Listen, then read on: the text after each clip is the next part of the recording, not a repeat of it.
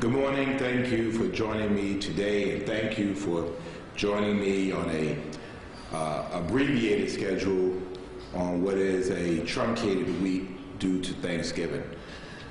I'm dismayed that we had another homicide in our community overnight. Details are still being gathered and collected. We're convinced, though, that somebody saw something, and we need to continue to ensure that our neighbors and our community members, when they see acts of violence, when they see things that do not look right, that they need to say something. I think it's really important as we move forward, particularly as the council deals with its budget deliberations, that we bring back a program such as To That Impact, which deals with violence interrupters, which deals with putting bodies on bodies, as the city manager called it, a man-to-man defense rather than a zone defense, for us to be able to address some of the challenges that we're having. On the other hand, we have been able to make some key arrests over the last week, and which will connect several of our recent shooting incidents, which I think will help to address some of those issues. That, coupled with the criminal justice system slowly churning back to life, will help us to be able to make sure that people who do not deserve to be on our streets are not on our streets. And so it's Thanksgiving. And as we enter this week, I'm reminded that we shouldn't celebrate a day of Thanksgiving, but rather the spirit of Thanksgiving. And I will tell you that this year, especially this year, in the midst of devastating loss, in the midst of overbearing pain, in the midst of chaos and confusion, conflict and controversy, that we still find reasons to be thankful and grateful. And I still find reasons to be thankful and grateful. The United States continues to see record numbers of coronavirus cases.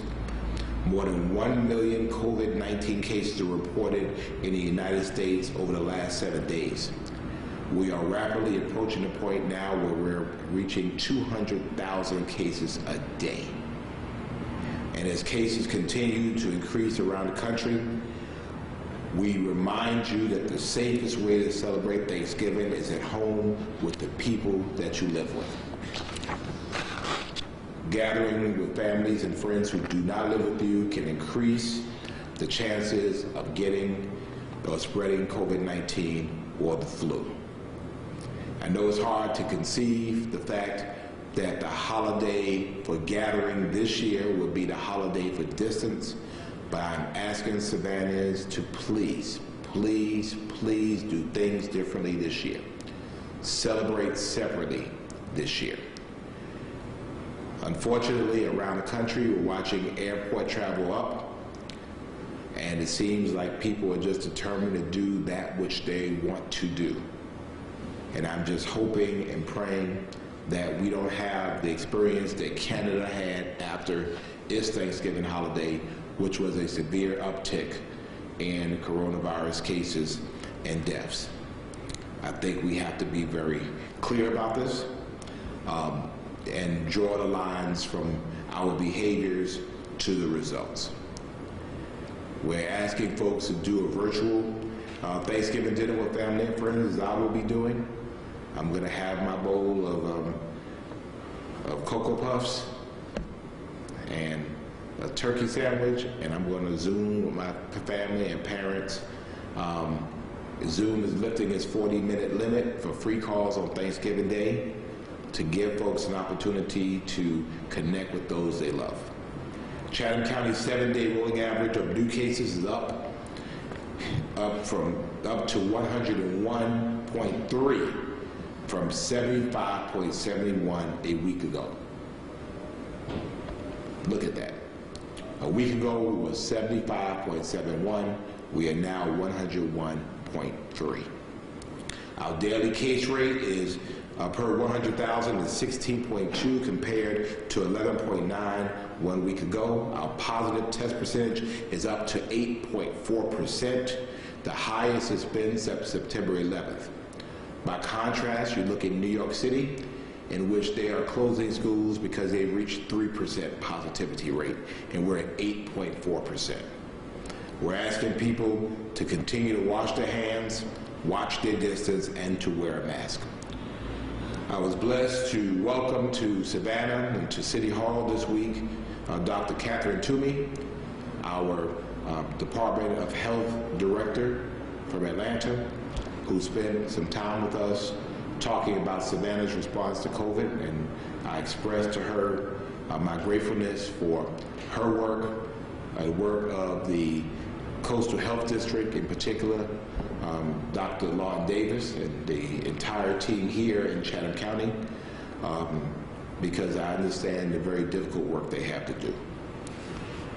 If you need a free COVID-19 test from Chatham County Health Department, you can get one today and tomorrow at the Civic Center from 8:30 a.m. to 3:30 p.m. 8:30 a.m. to 3:30 p.m. You can make an appointment online at covid19.dph.ga.gov, covid19.dph.ga.gov, or by calling 912-230-9744, 912-230-9744 from 8 a.m. to 5 p.m. There is no testing on Thanksgiving. We get that, right? Yes? And there's no testing on Friday either. We want our health professionals to enjoy this day with their families. Last week, the Savannah City Council held our annual budget retreat, and today we will continue to hear additional staff presentations related to the proposed 2021 budget. It was advertised there will be a public hearing. Today there will be no public hearing because the council has not yet received all of the presentations. While this is the first budget for this administration, it is likely one of the most challenging that the city has ever faced. 3 of our 4 major forms of revenue that the city receives are significantly down because of COVID-19. City staff and the council have worked diligently to maintain current service levels. To me, the priority is to play a prevent defense, to maintain that which we have, to maintain our service delivery, to maintain staffing, while still being fiscally conservative during this pandemic. We recognize that our budget, although we're approving it for the entire year of 2021, in reality will probably be almost 12 separate budgets, because each week, each month, literally, we will probably have to make some types of adjustments and really do this as we go along. But the budget is out for review, and you can view it by going to our website, savannahga.gov, savannahga.gov/budget. We will hold a public hearing on Tuesday, December the 10th at 2 p.m. during our regular council meeting, if any members of our public would like to share comments. And do not forget about Georgia's Senate runoff election on January the 5th. Am I wrong on that date? I'm sorry. The date okay? It's Thursday.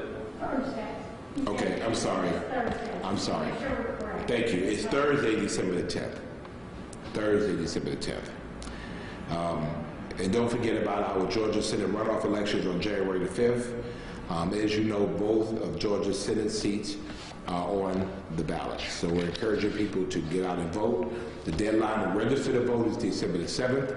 If you will be 18 years old or older on election day, you can register and you can vote. You can visit registertovote.sos.ga.gov and fill out your registration forms online.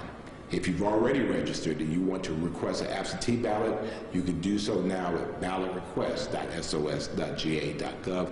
We appreciate your participation in helping us get that information out. Finally, I was elated to learn that I've been elected as an elector, a presidential elector, for President-elect Joe Biden. There are 16 of us around the state, and so I'm honored to be one of the 16 that will carry out this constitutional duty.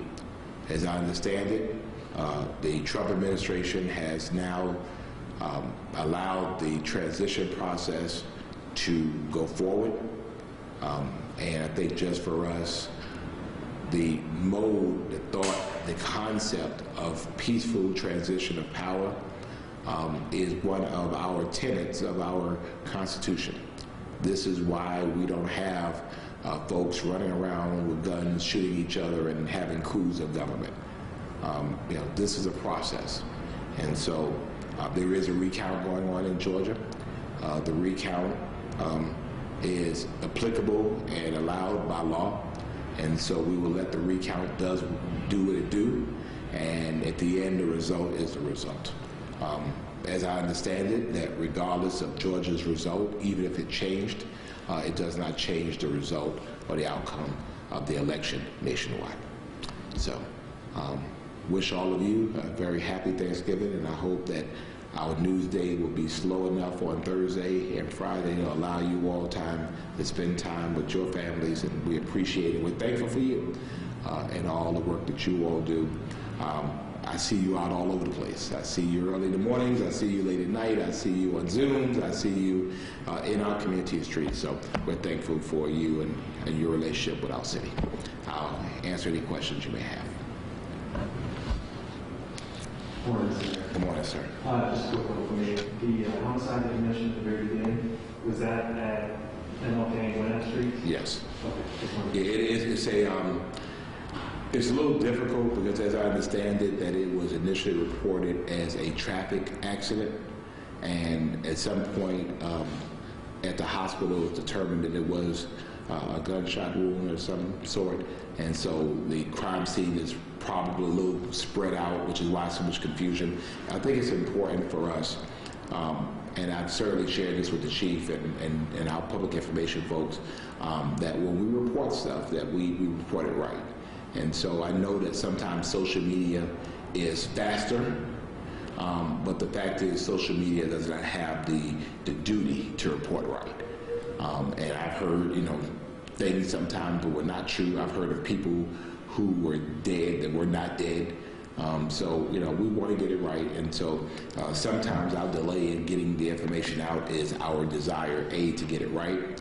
And then secondly, sometimes putting out information, too much information, and wrong information, sometimes compromises the investigation. And so, is our main goal to get the issue solved, or is our main goal here to get the information out? And so it's a delicate balance that our chief and our public information professionals, our PIOs, the police department have to deal with daily.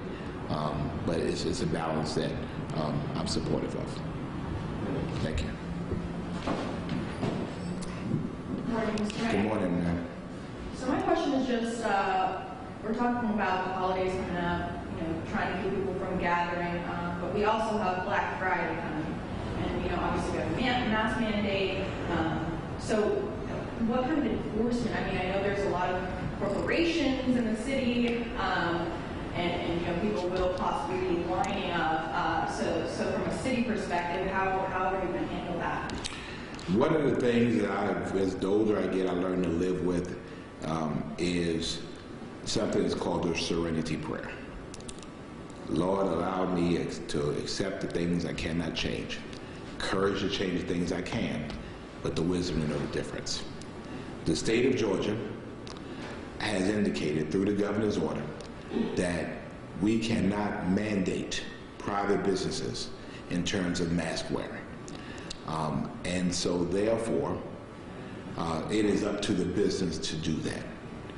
Now, that is counterintuitive to everything we're trying to do, because we know that although Black Friday might be a little gray this year, we recognize that people, out of habit, out of necessity, just to get out of the house, will be flooding stores for deals that may not exist, or deals they probably could have got online somewhere. It's good for our economy. It's bad for our employees who work in these stores. It's bad for other folks. And so, to be honest with you, the city has no authority to regulate it at all. And that bothers me. but there's nothing that we can do about it. I will tell you, for me, if it is a business that does not mandate masks, I'm not going into it. And my message to Savannahans and folks in Chatham County and around, you know, in the end, you have to take care of yourself. You have to take care of your star player. And so if a business doesn't care enough about me to mandate masks, to mandate social distancing, to reduce its capacity, then I don't need to be there.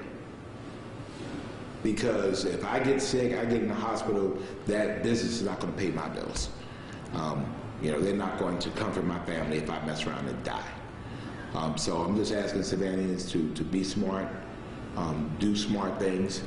And then the other thing I want to, just as an aside from your question, is that this week I'm asking Savannahans to support small businesses. This is a wonderful opportunity to recycle money in our community. We have wonderful small businesses that are following the science, that are mandating masks, that have cut capacity, and they're hurting.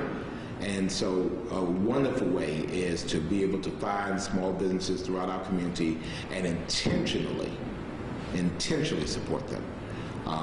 Because they're doing the right thing, intentionally support them because they have a direct impact on our community. So we'll be putting a message out, Nick, to encourage people to support small businesses in Savannah. That's how we get better. My question was about the homicide, so I'm good. You never have like a question. I mean, we should have put you last. I always go after Right. Well, he's usually last, but he grabbed it today. So, but thank you all so much again. Yes. I just had a Sure. the visit with Dr. Toomey. Yes. You can just talk a little bit about that, the discussions had, and what her observations were as far as Savannah's response to COVID, and any recommendations that she had. Well, I mean, I was actually, it just kind of came up that she was coming in town and she wanted to meet.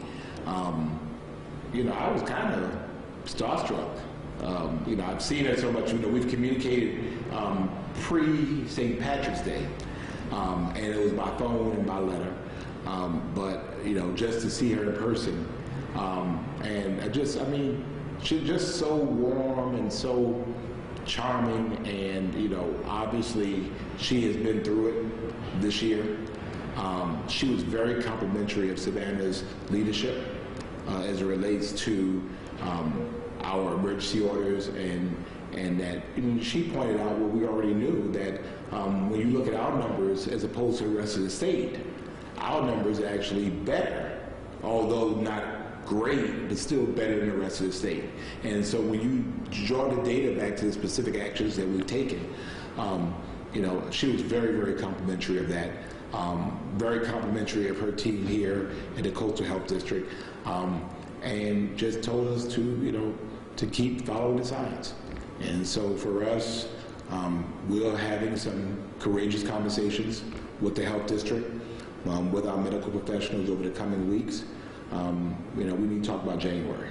We need to talk about February. We need to talk about March. We need to talk about St. Patrick's Day. We need to talk about MLK celebrations. You know, I don't want to throw a damper on it, but I don't want people spending money on food and liquor and all these things, and then it doesn't happen. So I would rather, and again, just like last time, I don't want to make it out of politics. I don't want to make it out of perception. I don't want to make it out of, you know, fear. I don't want it to jump the gun, so to speak. It'll be based on the science. Can we host a huge gathering from people from all over the world in Savannah in March of 2021, which is now, you know, 4 months from now? What is our trajectory looking like? To that end, will we allow any public events, public permitted events in Savannah? You know, we know we're probably going to soon, you know, hold pat for December. And so again, I want to be very clear in December about what we're looking like for January, February, and March, and then we'll see where we go from there. Obviously, it's not the news people want to hear, but you know, again, for us, I just think that public safety is our paramount responsibility. And thank you for touching on public permitting. That, again, is on hold currently, and will be likely, you said, next month as well? Right. Currently, we are not permitting activities in the public space through November the 30th. It is my expectation by next week I'll be announcing that that'll hold the same for December as well. I mean, the numbers are out there. I mean, we're at 8.3 and we're going up. And, you know, what I hope people will recognize is that their actions now affect the actions later. And so if we have a high rate of spread, a high rate of infections over this holiday, that affects St. Patrick's Day. That affects MLK, that affects, you know, all of the February things that go on, such as Black Heritage Festival and things we enjoy here in our community. You know, it's a direct cause and effect analysis. So I'm hoping we do better. You know, so at the end of the day, all I can do is make sure I'm safe, make sure that, you know, hopefully my team is safe, and so, you know. Thank you, sir. And finally, I do want to mention, I'm grateful for Team Savannah. I'm grateful for the folks in my office who field thousands of phone calls from all over the world, sometimes nice, sometimes not too nice, sometimes in languages we don't understand, sometimes very complimentary, oftentimes very, very critical. I'm thankful for them, for the work that they do. Marty Johnston, Sharante Turner, Edith Gregory, Sergeant Billy Gray. I'm appreciative for them and grateful for them. I'm grateful for our city manager, Michael Brown, his team. I'm grateful for all of our chiefs. I'm grateful for Nick Zola and the Public Communications Department. I'm grateful for every single city employee who works their behinds off every single day. And that's why it's so important to me to make sure that even if we're not able to give them something right now, that they don't lose anything.